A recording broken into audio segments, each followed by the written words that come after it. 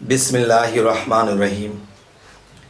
हे समस्त जगतबासी, आज आमी शामीम आली चिश्ती आपनादेर सामने जे आलोचनाटी निये हाजिर हलाम से आलोचनाटी शोनार आगे जारा टाच करे ढुकलेन एर आगे तारा भाबतेछेन जे एटा केमन कथा बोललो, এই লোকটাকে তো আমরা ভালো জানি, কিন্তু লোকটা কেমন কথা বললো। কিন্তু অনুরোধ থাকবে সম্পূর্ণ আলোচনাটি শুনুন।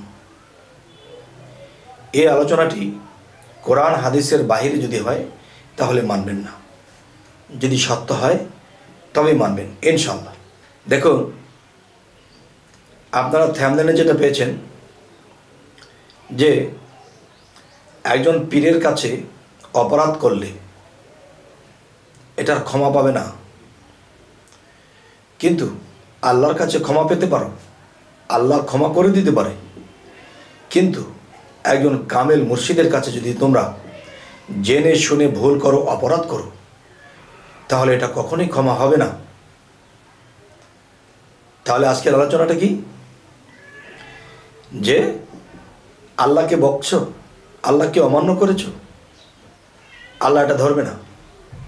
কিন্তু একজন কামেল পীরের সাথে তুমি অপরাধ করেছো, অন্যায় করেছো, তোমার সাজা হবে, কঠিন সাজা হবে। তাহলে এই কথাটি মানার যোগ্য? দেখেন, পৃথিবীতে অনেক মানুষ অনেক কাজে ব্যর্থ হয়ে যায়, অনেক কিছু করতে যাইয়া সেটা নষ্ট হয়ে যায়। তখন তারা বারবার ব্যর্থ হওয়ার পরে ঘটনাটি কি ঘটে? পরে ঘটনাটি ঘটে যে আল্লাহকে বকতে শুরু করে।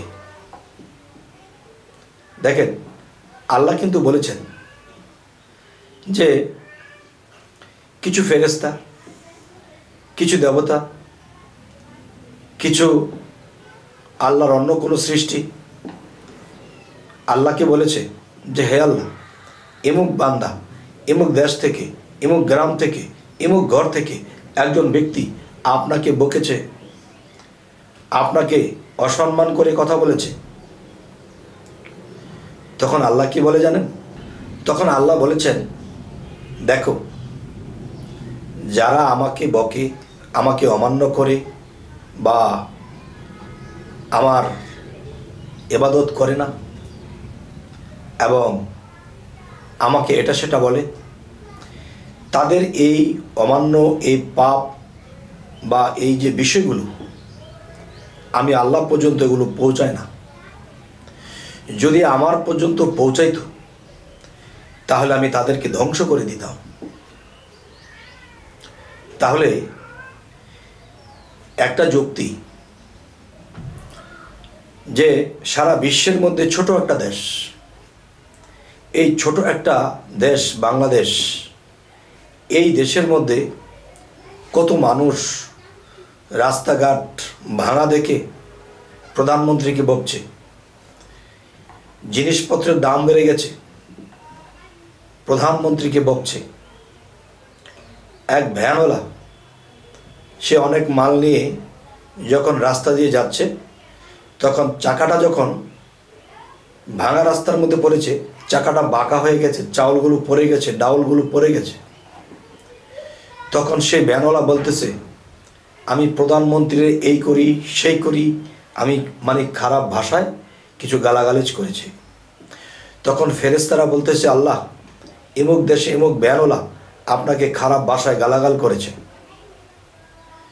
তখন আল্লাহ বলে, দেখো, যে এই পৃথিবীতে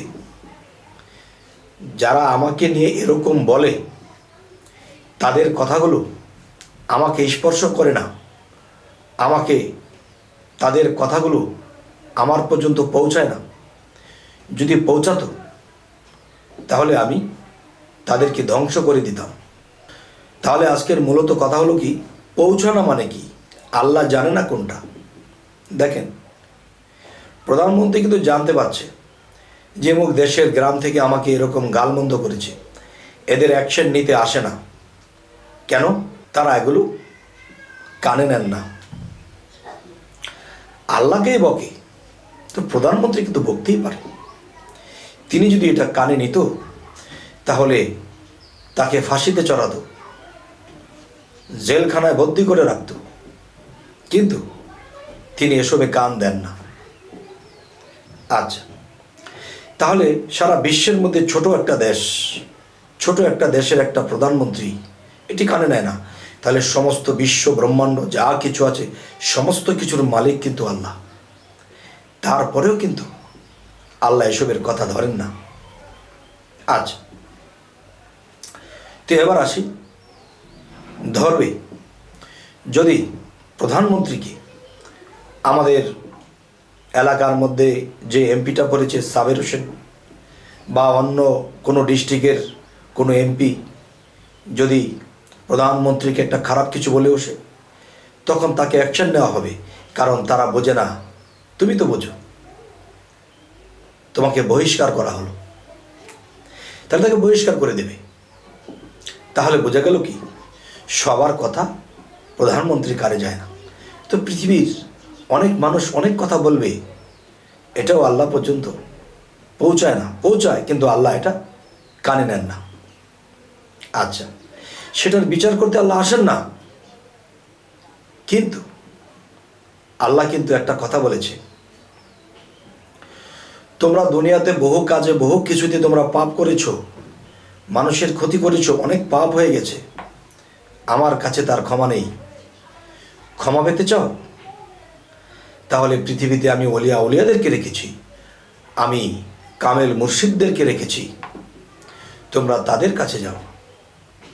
সে যদি তোমাকে গণ্য করে, তোমাকে মেনে নেয়, তোমাকে ক্ষমা করে, তাহলে আমি আল্লাহ ক্ষমা করিব, আর না হয়তো আমি ক্ষমা করব না। তবে দেখেন, পৃথিবীতে সমস্ত কিছুর বিষয় যদি আল্লাহই করত, তাহলে যোগে যোগে নবী রাসূলদেরকে কেন পাঠালেন? দেখেন, একজন নবী যদি আল্লাহকে বলে, আল্লাহ আপনি ওকে ক্ষমা করে দেন, দিবে আল্লাহ। আপনি তাকে বেহেশত নসিব করে দেন, আল্লাহ দিবে। কিন্তু তার কথা ছাড়া আল্লাহ করবে না। সে নিজে যদি বলে আমি অনেক ইবাদত করেছি, আমাকে বেহেশত দাও, দেবে না আল্লাহ। কারণ শাফায়াতের কান্ডারি রাসূলুল্লাহ সাল্লাল্লাহু আলাইহি সাল্লাম, তাহলে পারের কান্ডারি রাসূলুল্লাহ সাল্লাল্লাহু আলাইহি সাল্লাম। তাহলে আমি এখন বলবো যে রাসূল বা নবী বা মুহাম্মদ সাল্লাল্লাহু আলাইহি সাল্লাম যখন পৃথিবী ত্যাগ করেছে, এর আগে তিনি কি বলেছেন? তোমরা আমার আওলাদদের কাছে যাও, আমার প্রিয়, যেমন আল্লাহ বলেছে আমার নবী রাসূলরা আমার কাছে প্রিয়, তারা চলে গেছে, তাদের খতম হয়ে গেছে, নবী আসবে না। তাহলে সেই রাসূল কি বলেছেন? যে তোমরা একজন কামেল মুর্শিদের হাতে যখন হাত রাখবে, তখন আমি রাসূলের হাতে হাত রাখলা, আর আমার রাসূলের হাতে যখন তুমি হাত রাখলা, তখন তুমি আল্লাহর হাতে হাত রাখলা। সূরা ফাতাতেও আল্লাহ বলেছে, হে রাসূল, আপনার হাতের উপরে যারা হাত দিয়েছে তাদেরকে বলে দিন তাদের হাতের উপরে আমি আল্লাহর হাত আছে। তিনি এটাও বলেছেন যে দেখো, যদি তোমরা আমার রাসূলকে আঘাত করো, তাহলে আমি আল্লাহকে আঘাত করলাম, আমার রাসূলকে যারা আঘাত করবে তাদের কঠিন সাজা হবে। আর রাসূল কি বলেছে? পৃথিবীতে কামেল মুর্শিদ, কামেল আউলিয়াকে যদি কেউ আঘাত করে, তাহলে আমি আল্লাহ তাকে ছাড় দেব না, আমি আল্লাহ তাকে ছাড় দেব না, তাকে সাজামুক্ত করে দেব, এমনকি সে জাহান্নামেও চলে যেতে পারে। তাহলে আজকের আলোচনাটা কি? আল্লাহকে বকেছেন, আল্লাহ কিছু বলবে না। আল্লাহর অলিগণকে, আল্লাহর কামেল মুর্শিদদেরকে যদি কিছু বলা হয়, কিছু ক্ষতিগ্রস্ত করা হয়, তাহলে সেটা তোমরা আমার থেকে সে অ্যাকশন পাবে। এবং আমার অলির সাথে যদি বেয়াদবি করা হয়, তাহলে আমি আল্লাহর সাথে বেয়াদবি করা হয়। তোমরা আমাকে বকবে, তোমরা আমাকে অমান্য করবে, ছাড় পাবে, কিন্তু আমার কামেল অলি, কামেল মুর্শিদের কাছে গিয়ে যদি তোমরা বেয়াদবি করো, অমান্য করো, তাহলে আমি আল্লাহকে অমান্য করা হবে, আমি তাকে ছাড় দেব না। তাহলে বোঝা গেল কি? ক্ষমা পাইতে চান? একজন কামেল আউলিয়া, কামেল মুর্শিদের কাছে যেতে হবে। আপনি আল্লাহর অলি হতে চান, একজন কামেল মুর্শিদ, কামেল অলি আউলিয়ার কাছে আপনাকে যেতে হবে, আর না হয় হবে না। তাহলে আজকের আলোচনাটা কি? আল্লাহকে অমান্য করেছেন, ক্ষমা পাবেন। একজন কামেল মুর্শিদের সাথে আপনি বেয়াদবি করেছেন, অন্যায় করেছেন, এটার ক্ষমা আল্লাহও করবে না। হে সমস্ত জগতবাসী, আমার কথাগুলোর যুক্তি তো দেওয়া হয়েছে, তার পাশাপাশি কোরআন হাদিসকেও রাখা হয়েছে। যদি কেউ পারেন আমার এই কথাগুলো খণ্ডিয়ে দেবেন, কারণ আল্লাহ মাধ্যম ছাড়া কখনোই আপনার কিছুই করবে না। যদি বলেন হ্যাঁ আল্লাহ করে, তাহলে আল্লাহই যদি সরাসরি করে, তাহলে যোগে যোগে নবী রাসূলদেরকে কেন পাঠালেন? তাহলে একটা প্রধানমন্ত্রী এই বাংলাদেশ একা চালায় না, মন্ত্রী আছে, এমপি আছে, কমিশনার আছে, চেয়ারম্যান আছে, মেম্বার আছে। তো আল্লাহ এই বিশ্ব ব্রহ্মাণ্ডকে পরিচালনা করতে যাইয়া আল্লাহ ফেরেশতাদেরকে রেখেছেন, আল্লাহ ওলিয়া আউলিয়াদেরকে রেখেছেন। এদের মাধ্যমে এই পৃথিবী পরিচালনা করেন। এখন ধরেন আপনি যদি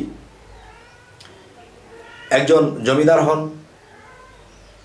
সেই জমিদার হয়ে আপনি কাউকে দায়িত্ব দিয়েছেন যে তুমি এগুলো পরিচালনা করবে এবং মানুষ তোমার কাছে আসবে, তুমি এভাবে এটা বিতরণ করবে, এই জিনিসটা তুমি দায়িত্ব পালন করবে। তখন যাকে দায়িত্ব পালন করার জন্য দিয়েছে, তখন লোকেরা এসে তাকে অপমান করে, তাকে মানে না, তার দায়িত্ব থেকে তাকে ছুটিয়ে ফেলে দেয়, তখন কিন্তু জমিদার আপনাদেরকে ছাড়বে না। আমি তাকে দায়িত্ব দিয়েছি। তেমনি প্রধানমন্ত্রী কাউকে ছাড়বে না যদি আপনি এমপিকে, মন্ত্রীকে না মানেন, কারণ তাদেরকে দায়িত্ব দেওয়া হয়েছে। তেমনি আল্লাহ ওলি আউলিয়াদের উপরে, নবী রাসূলদের উপরে দায়িত্বভার দিয়ে দিয়েছেন, ফেরেশতাদের উপরে দায়িত্বভার দিয়ে দিয়েছেন। এখন এদেরকে যদি আপনারা অমান্য করেন, তাহলে আল্লাহকে অমান্য করা হবে, কেননা আল্লাহ তাদেরকে নিযুক্ত করেছেন। তবে এই পৃথিবীর মানুষ কোরআন পড়তে পড়তে পড়তে পড়তে মরতে মরতে মরে যাবে, হাদিস পড়তে পড়তে পড়তে পড়তে মরতে মরতে মরে যাবে। কখনোই আল্লাহ তাদেরকে ক্ষমা করবেন না এবং পাপের ক্ষমা পাবেন না যতক্ষণ পর্যন্ত আল্লাহর বন্ধুদের কাছে না যাবে। তাই বলবো, অলি শব্দের অর্থ কি? বন্ধু।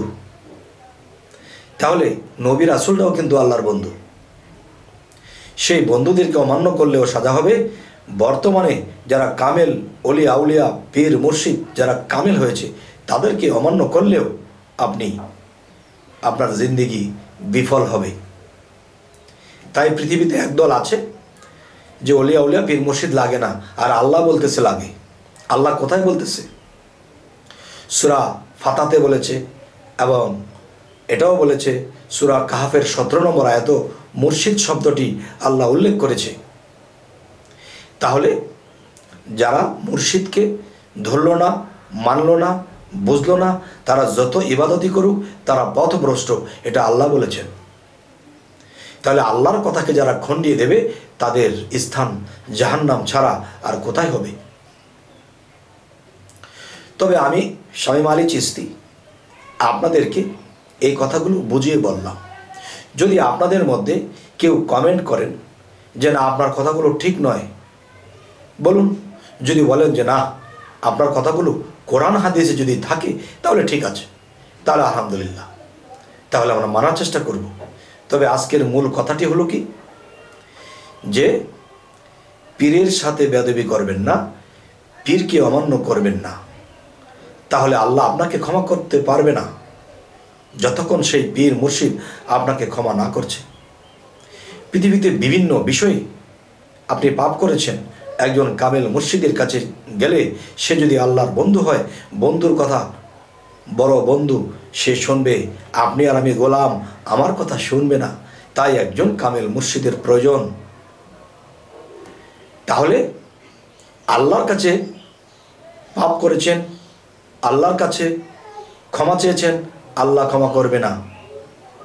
আল্লাহকে গাল দিয়েছেন, আল্লাহ ক্ষমা করে দেবে। কিন্তু এই ক্ষমা পেতে হলে একজন কামেল মুর্শিদের কাছে যেতে হবে এবং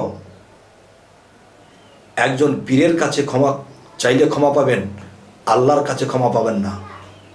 এই কথার গ্যারান্টেড আরও কিছু দলিল আছে, আমি পরবর্তীতে তা পেশ করব ইনশাআল্লাহ। তবে হে সমস্ত জগতবাসী, আমাদের এই চ্যানেল যদি আপনাদের ভালো লাগে অবশ্যই সাবস্ক্রাইব করে নেবেন এবং ফেসবুক হলে অবশ্যই ফলো করে নেবেন। সকলেই ভালো থাকবেন। আল্লাহ হাফিজ।